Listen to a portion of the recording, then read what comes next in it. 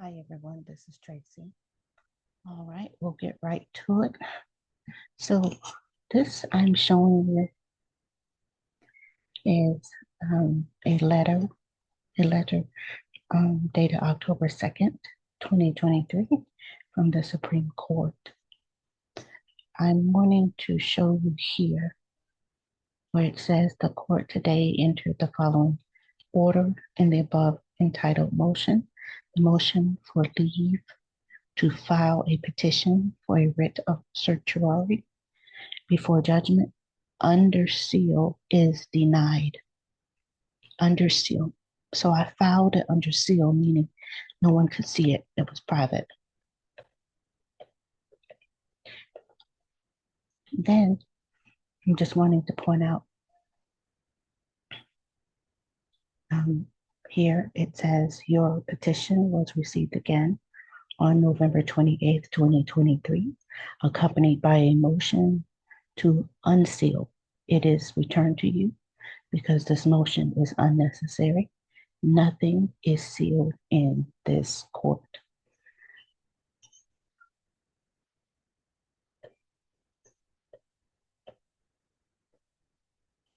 And here again, November 30th, 2023. The motion to unseal documents that you have included is not necessary. Nothing will be sealed in this court.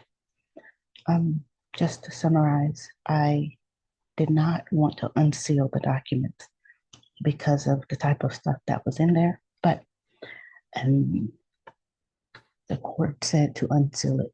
So hence I did that.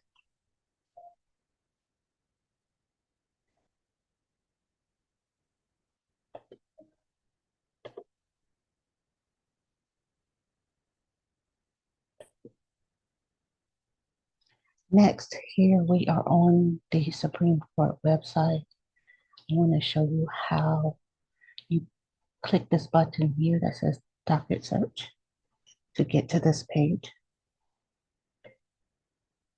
Go down, type my name, click search. They divided my case into three. It's one case, but it's divided into three separate dockets. I don't know really why, but I want to point your attention to the last one. Click on it.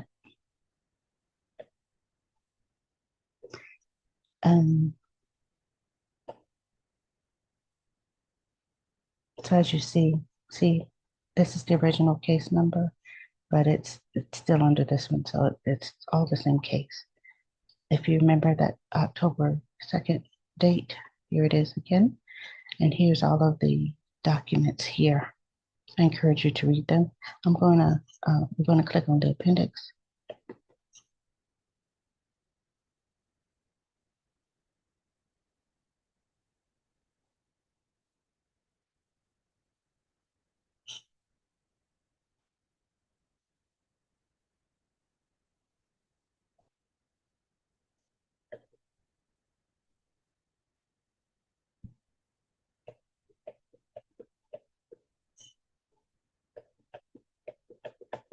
We're gonna scroll down. I'm gonna go pretty fast.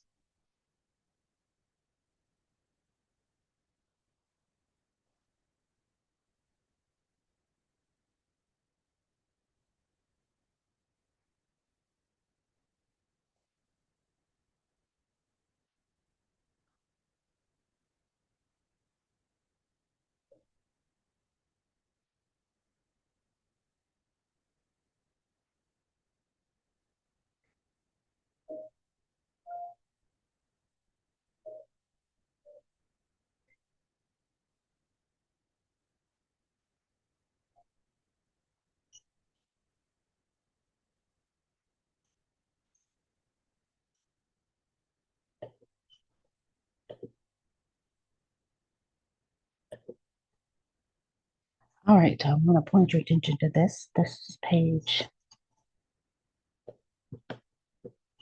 6 of the This is an affidavit um, that was submitted on a earlier correspondence with you. I referenced you to uh, Google my name, and there's a document, a court document out of Florida that says some pretty ugly things about me. And this is a response that I wrote a long time ago, but to my understanding, it couldn't have gotten to the judge. You can read the documents that I submitted to the Supreme Court to let you know, to know all that has occurred. Okay, but this is my um, response um, to what occurred, or this is my affidavit telling exactly what happened. So I'll read it to you. On May 10th, 2017, Case Management IMP number 2 wrote a note regarding his concerns, including,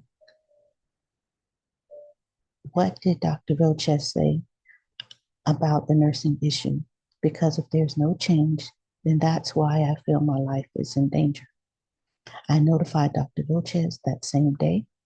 Moreover, I stayed in constant contact with security. Let me make it a little bigger. And the disciplinary team, including but not limited to physicians, HSA Corbin, Nursing Director Mayor, and Regional Medical Director Dr. Campbell regarding both case management IMP.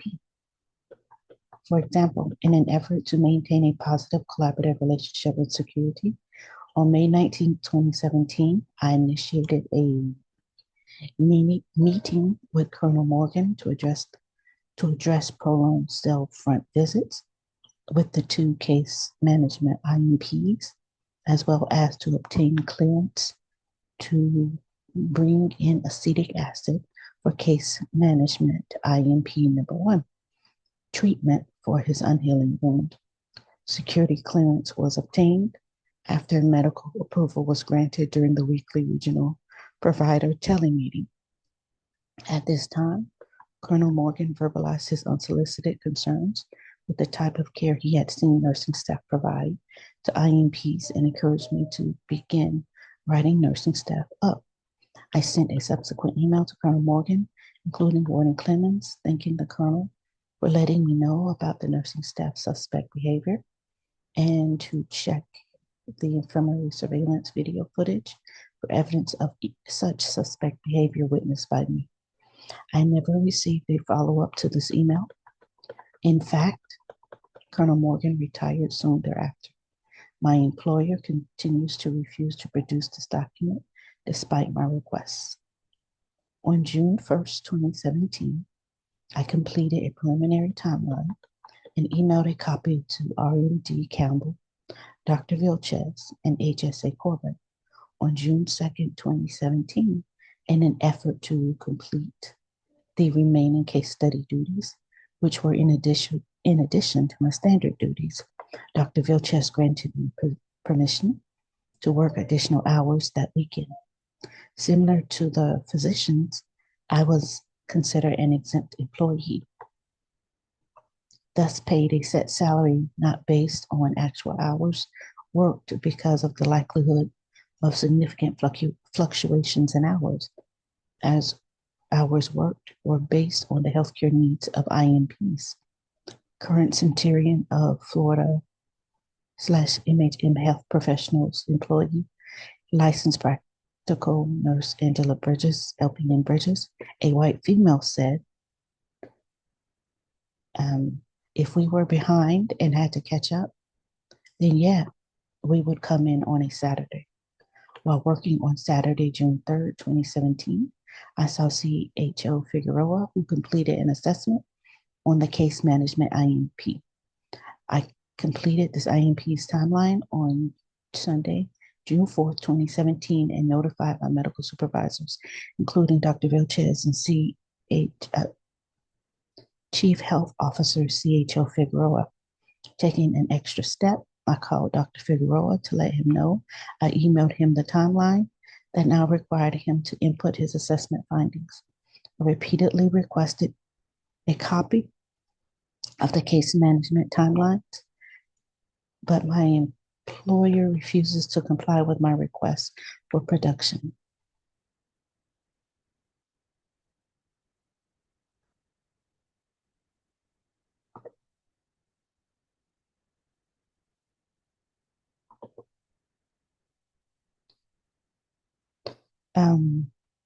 The plan was for this case management IMP to be transported to an urgent ENT appointment the following morning on June 5th, 2017, and to send the updated timeline to Dr. Figueroa with Dr. Figueroa's assessment to Dr. Liddell, a higher ranking physician at another correctional institution who had assisted in coordinating this IMP's reevaluation by a different ENT specialist. This was an urgent situation as this IMP was experiencing sequelae, including photophobia, vomiting, and weight loss, likely due to impingement of orbital contents after sustaining bilateral orbital fractures. This sequela was occurring in light of this IMP's care being delayed by CHO Figueroa 2 months earlier, who based his decision off of the initial ENT specialist, suggesting that IMP was malingering. My June 5th, 2017, 724 email recounted in detail events that occurred upon my arriving at 2:50 a.m. to comply with the request for written detailed concerns regarding infirmary and nursing staff issues I noted while completing case management duties on this infirmary IMP. My email sent to RMD Campbell, CHO Figueroa, and Dr. Vilches detailed a well-orchestrated targeting event of which I unknowingly foiled on case management IMP number 2, in which he ultimately was prevented from attending the urgent ENT appointment because both nursing and security staff had informed him of his pending transport. It was after sending this very email that my work hours and exact whereabouts became a concern to my supervisors, regional administrators, and security. And more targeting occurrences were directed at me. For example, my schedule changed drastically in less than 24 hours, including restricted areas and work schedule. Abrupt schedule change after submitting confinement round report and made to drive and perform chart reviews at a correctional institution ARP documentation after only 5 months of employment. On June 9, 2017, just 4 days after the FOIL targeting event against case management IMP number 2, I notified HSA Corbin, CHO Figueroa, and RMD Campbell that the computer I used was abruptly missing from the main unit medical admin office. I wrote of my mistreatment in my journal as far back as February 1st, 2017. Of note, I do not have an office. I was given the computer desk behind the door of the main office area. In order to get the computer working, I had to place a work order myself. Most of the time, I'm over in the lab or using the conference table to complete work. I was eventually compelled to install surveillance equipment in my vehicle due to safety concerns, as I experienced an intruder at my place of residence. On June 15th, 2017, just 10 days after the FOIL targeting event against case management IMP number 2, I notified my supervisors that the internet cord at an annex computer I frequently used, went missing.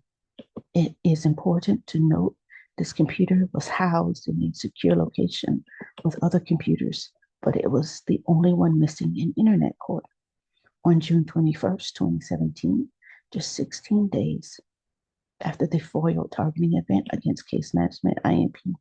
Number 2, I assisted HSA Corbin exiting the institution, who stated she was in tears for being ejected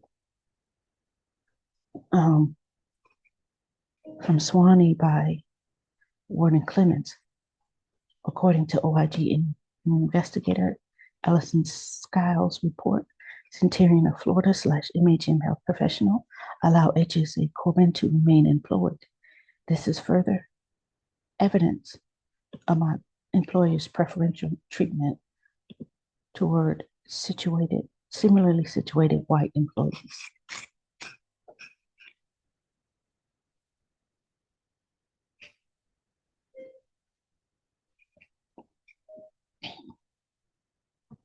And this is page 9 of 37. Again, this is the appendix. In the appendix, appendix D.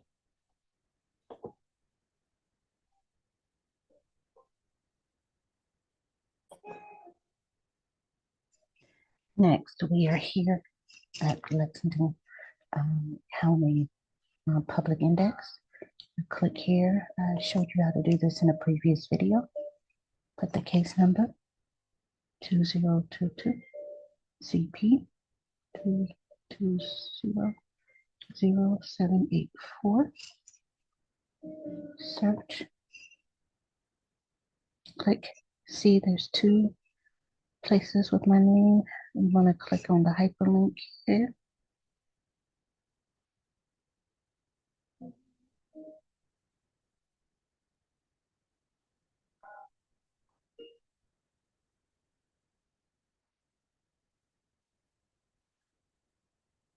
Click on actions.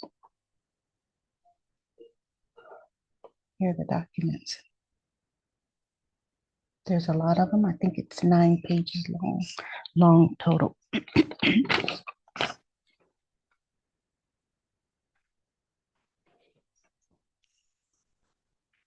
Okay, first one I want to show you is December 30th.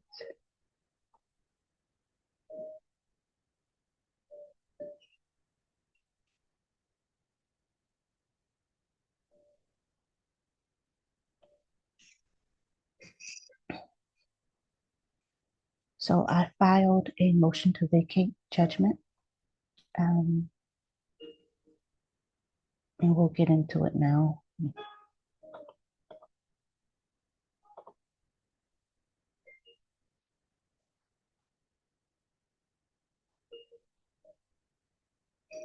Note, it was submitted on the 26th. It was filed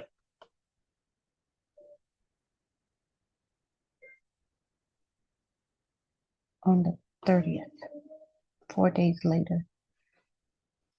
So I want to read this to you.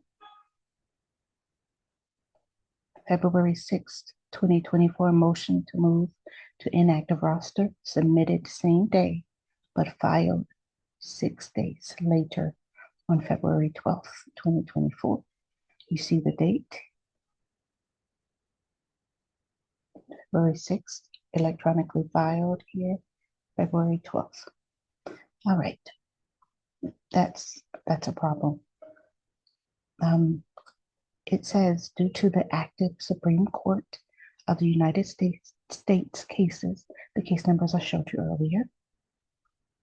This was the District Court of South Carolina, and case number 236591.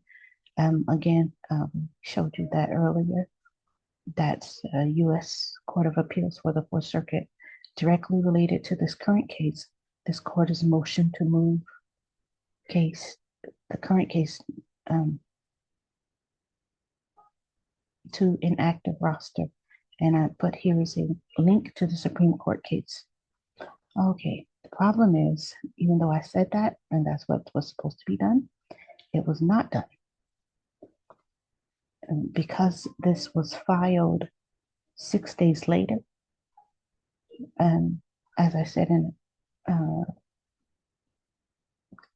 it permitted the plaintiff to file for summary judgment. And that's where the motion to, that's where it was granted. It was granted, and it's all based off of fraud. Okay, so continuing, and here's that foreclosure judgment order that granted the plaintiff, U.S. Bank National Association, granted them the right to steal my home. Again, it's all based on fraud.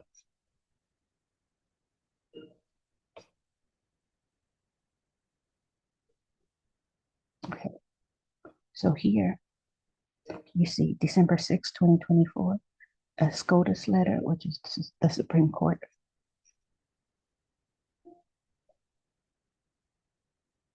Indicating without jurisdiction. So it says here, your application, it says on the screen, because I filed an emergency motion to vacate judgments with them. I'll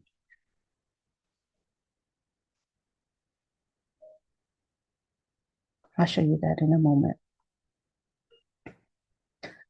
It says your application that was received December 6th, 2024 is herewith returned for the following reasons. Your petition for a writ of certiorari was denied by the court on May 20th, 2024, with rehearing denied on August 19th, 2024. Therefore, this court no longer has jurisdiction over your case. So what he said here, between, I filed sometime in 2023, actually, when I began filing with the Supreme Court. So from that time to August 19th, the Supreme Court has had jurisdiction over my case. So remember those dates. Remember the date that I wrote to the state court. It was within that time, February 6th. So this stuff should not have been occurring. So because of all of that, that's what I based this motion to vacate off of, as indicated in the above breach, the breach being the Supreme Court said they had jurisdiction over my case. That meant no other court was supposed to be doing anything with my case, but they were. So as indicated in the above breach, this motion to vacate the November 14th, 2024 judgment, the foreclosure is submitted.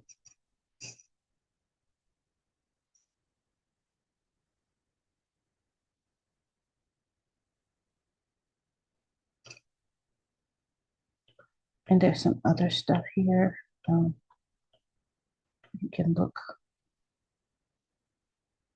online, but you can look at it at another time.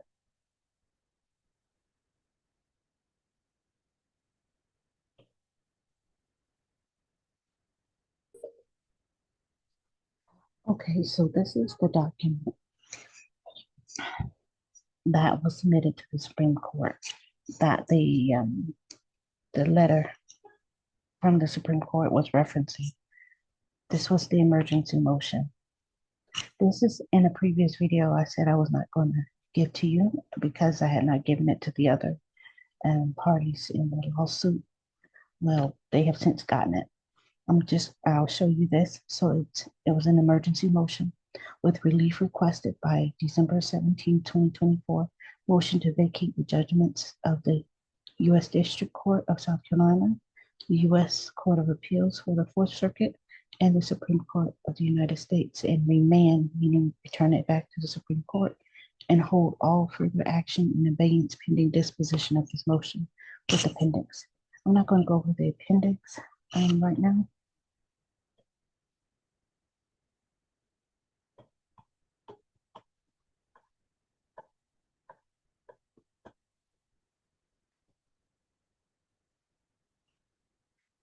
The total pages is 17, but the bulk, the core The heart of the motion was 9 pages.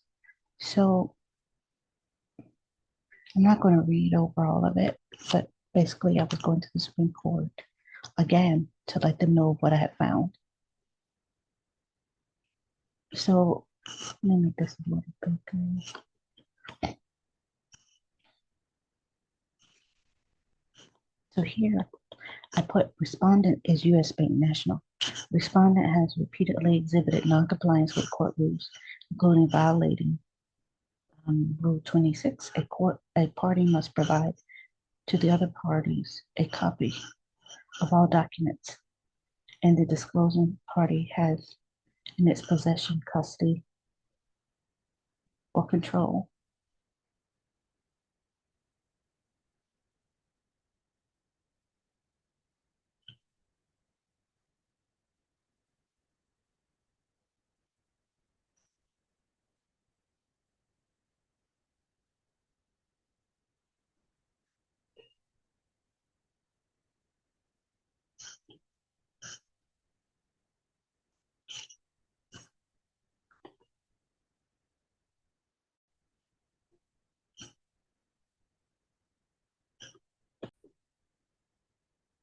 I'm not going to go into any further detail, but it's basically the same kind of thing that I told you with the motion to vacate that I submitted to Lexington County Courthouse. And I did that because of the order or the ledger that I received from the Supreme Court.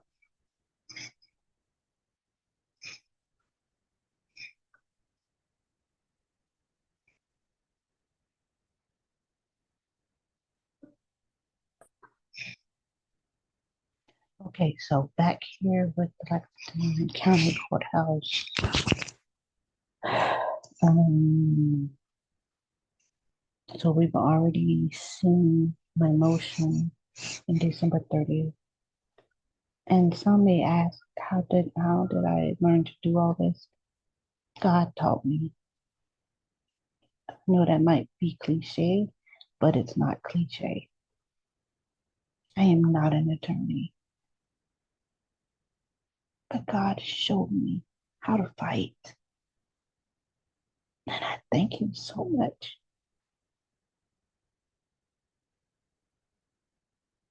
So continuing, um, I want to show you the judgment order, which is in previous videos. It's here, November 14th. This is the first one I have a lot of issues with. I'm not going to go into it because I've already gone into it before. And then the other one is the denial to vacate judgment. And that's January 29th.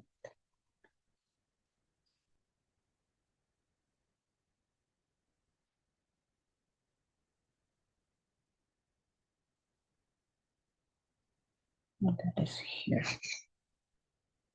Should be.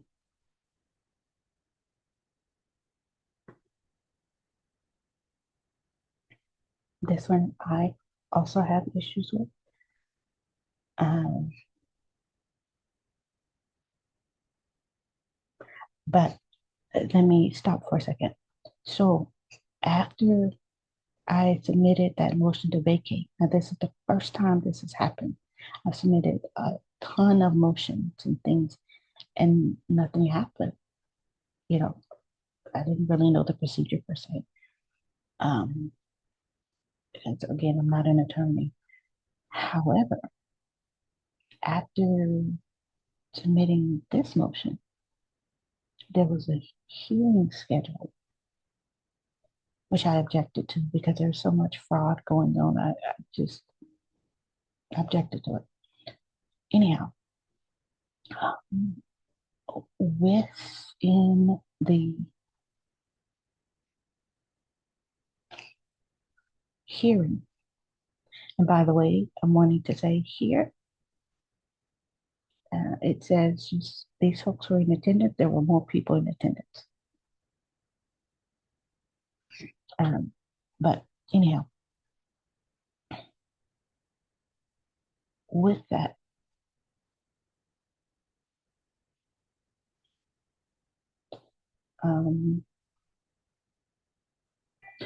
after the hearing, we were told, I was instructed that I needed to provide a list of my issues because it just wasn't enough time to finish what my concerns were. And so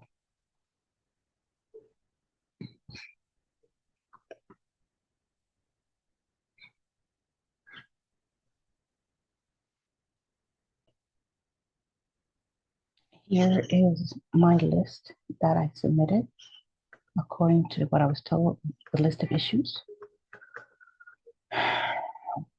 And as you see, it in essence is just a lot of fraud going on. Here, these are documents that I submitted and I just summarized, trying to comply with what the judge had asked. It's just a lot. And I'm moving fast. But I do want to point your attention to here. 9/1/22, clerk of court filed defendants 8/22/22 document 10 days after submitted. As you see, this is a recurrent issue. On the same day, U.S. Bank National via Attorney K filed a notarized attorney affidavit of fees stating a hearing was held by the master who requires an order to be proposed by plaintiff counsel. Defendant, such as myself, was never notified of this hearing and never received plaintiff proposed order, but did receive plaintiff's 7/8/22. You see, 7/8/22. That was before this, that was in July. This was in September. I did receive a notice of acquisition earlier, meaning a notice saying that they were going to acquire, they were going to take my home. So I received a notice they were going to take my home before this was filed.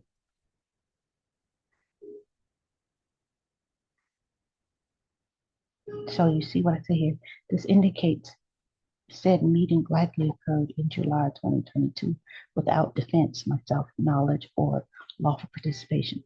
According to law, I was supposed to have known about the meeting and I would have been there,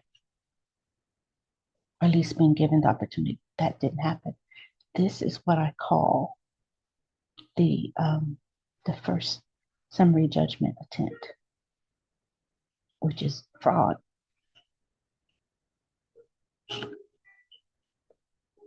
And it goes on so much. You see a recurrent theme is fraud, fraud, fraud. Okay, and these are just documents that I submitted. It's from the vacate judgment.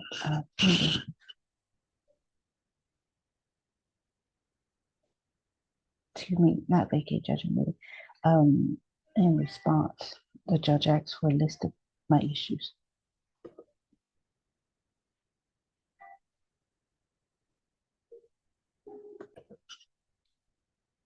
Okay, so we're back here. Again, this is the judge's denial of the motion to vacate.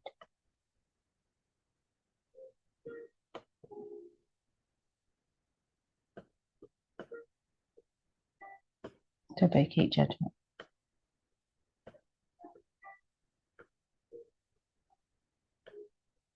So I'm wanting to bring, I disagree with this as well, but I just wanted to show you this. We've already gone through a lot of this. And this portion is he pulled from the judgment order. But I'm wanting to show you. Oh, by the way, I was permitted to attend virtually. Now, if you saw the other ones, the other videos, I was barred from doing that with the first, with the summary judgment hearing. Okay, so I just wanted to show you that the judge did include some of the lists that I showed you. Remember this? This is major fraud. But look at this. Despite all of this,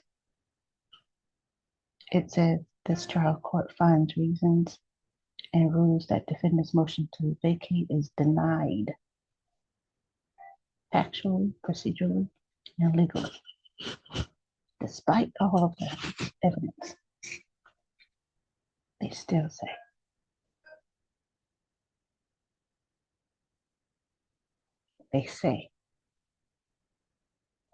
or they denied my motion to vacate judgment. And with that, the judge held a preliminary auction of my home on February 3rd, 2025. That was traumatic, to say the least. And I'll leave that at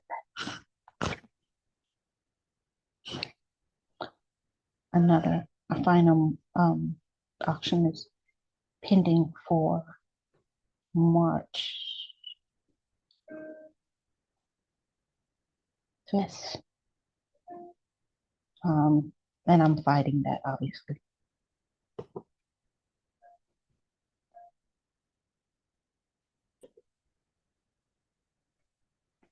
And so you ask, how am I fighting? This is how I submitted I submitted for notice of removal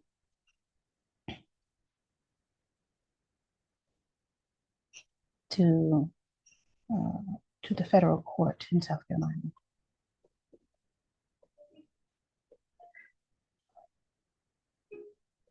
It's like February 7th. So to go over this notice of removal, I'm not going to read it all to you. It's about that the core of it is about 35 pages. And so I'm going to have to go pretty fast. But in the appendices, those are the orders from the judge at Lexington Courthouse that I told you about.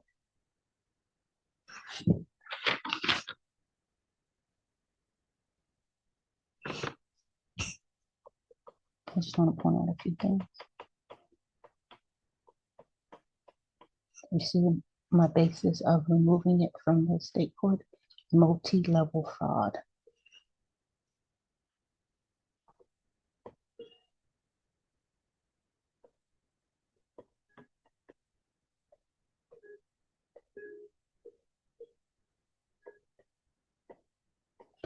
And I talk about extrinsic and intrinsic fraud, which you will find if you read the January 29th order from the judge. That's what he discussed.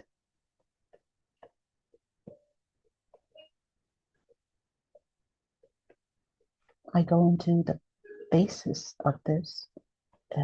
U.S. Bank National did not follow guidelines, federal guidelines regarding COVID-19 relief, which is fraud because they certified that they did.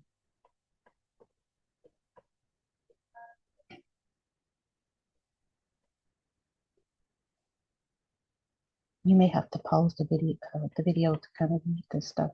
Again, I apologize, I'm going fast.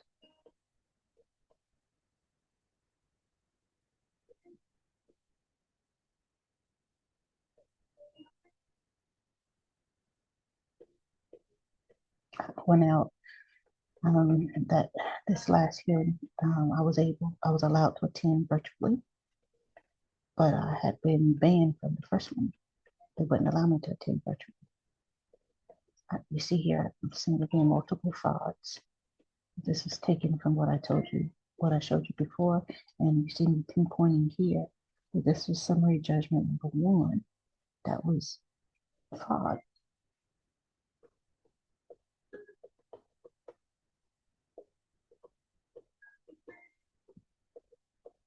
So I pretty much put the whole list that I sent to the judge here.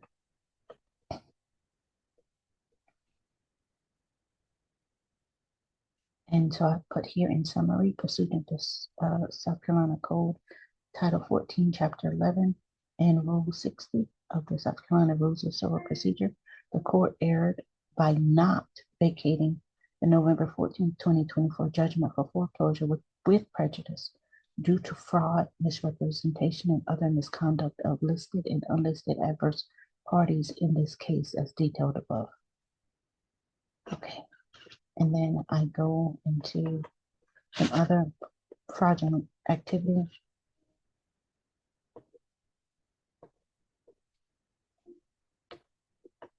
Here I'm talking about the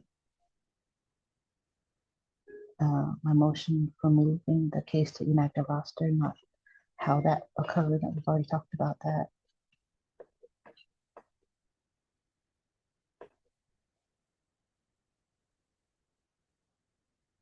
This talks about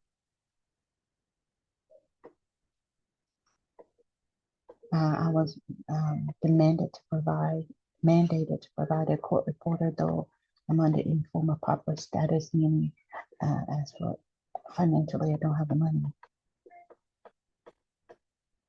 We're going to talk about the court reporter in a moment. So they did provide, a court reporter was there. I didn't have to pay for it, but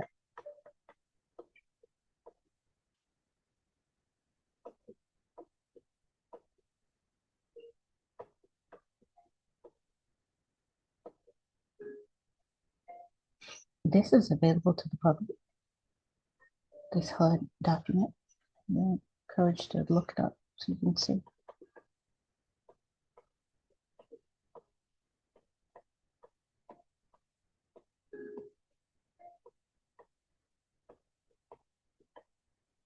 Okay, I go back into this same stuff and repeating it again.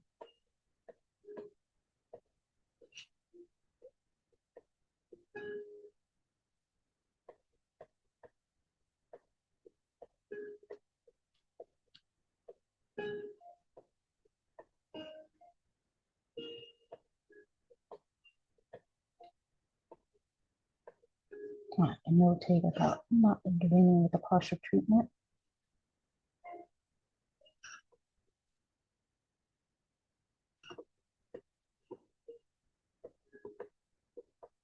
I say movement is required. Now,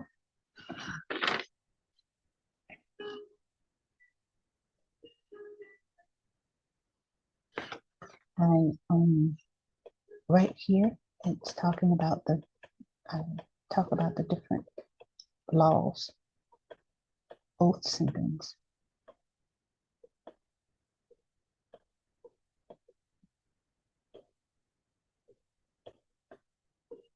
Sorry, I'm going too fast.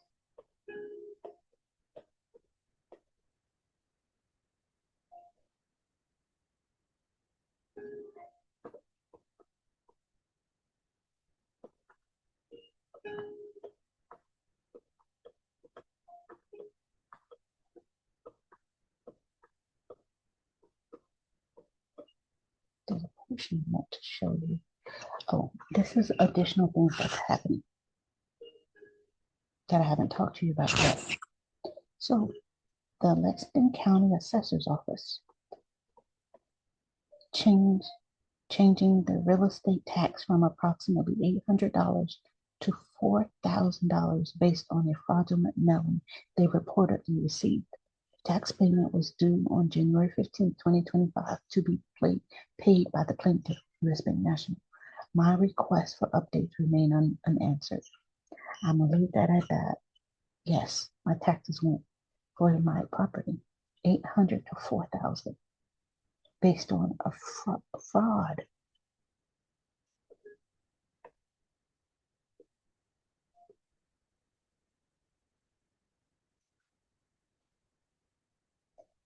Also, the racketeering case filed in the year. There appears to be a suspicious delay in processing, giving rise to yet another likely derailment attempt. Federal and state authorities are aware.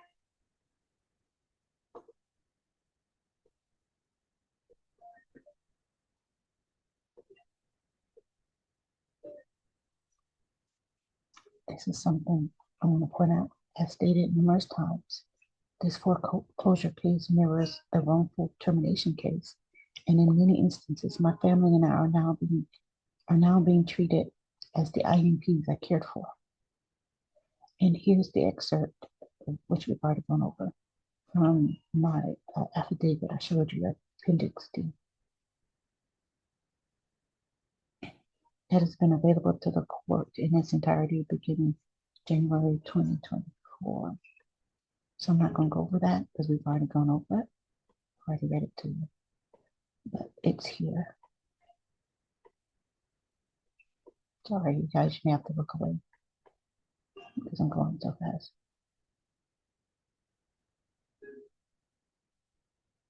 Okay, now what I wanted to show you.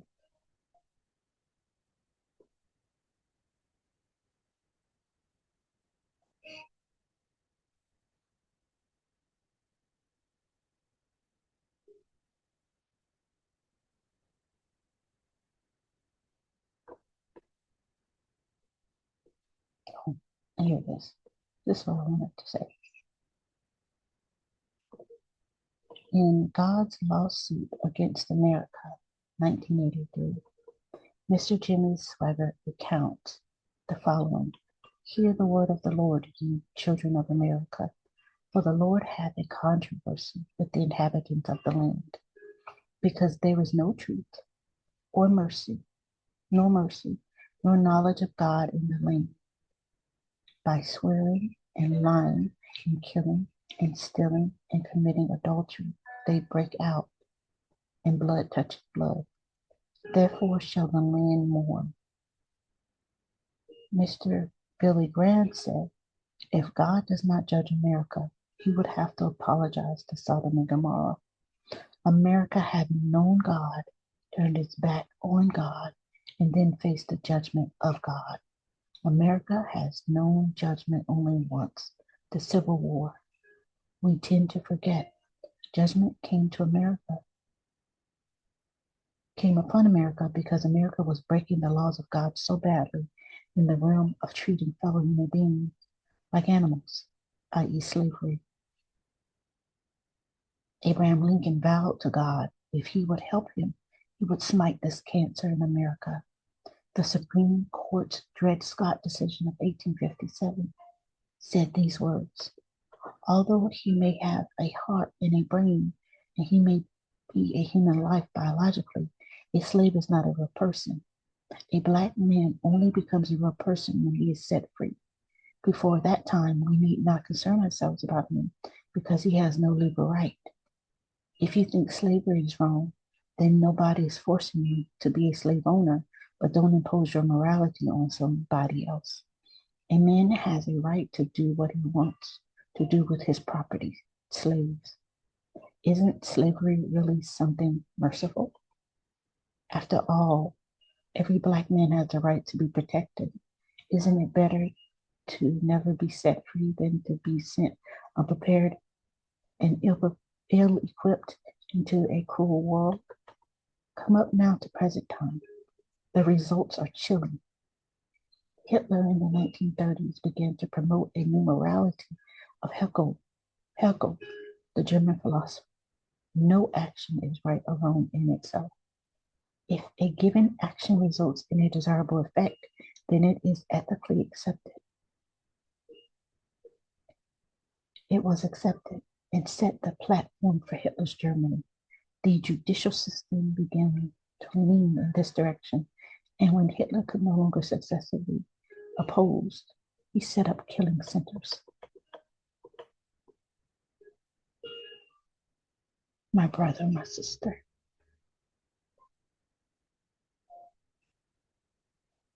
America, we need to get before God now.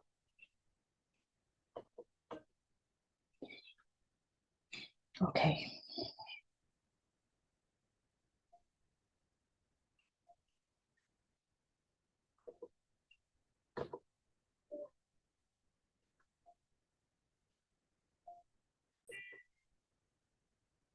Okay. Now, this is, we're winding down now. So this is a motion for stay, injunction, pending appeal.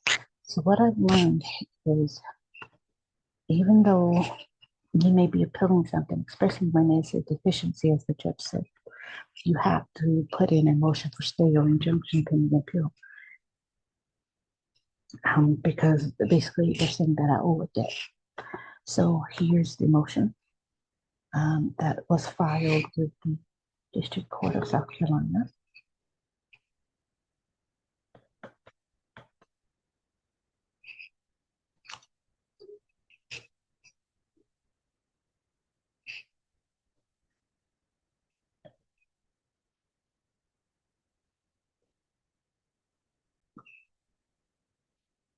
Okay, and this is the last part. So regarding the court reporter, this is the court reporter.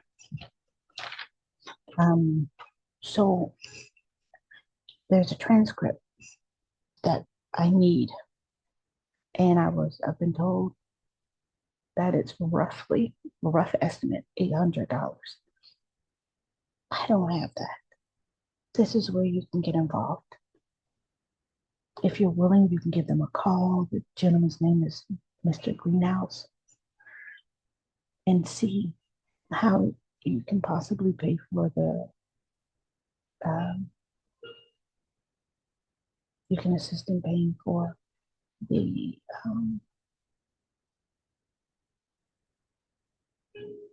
transcript.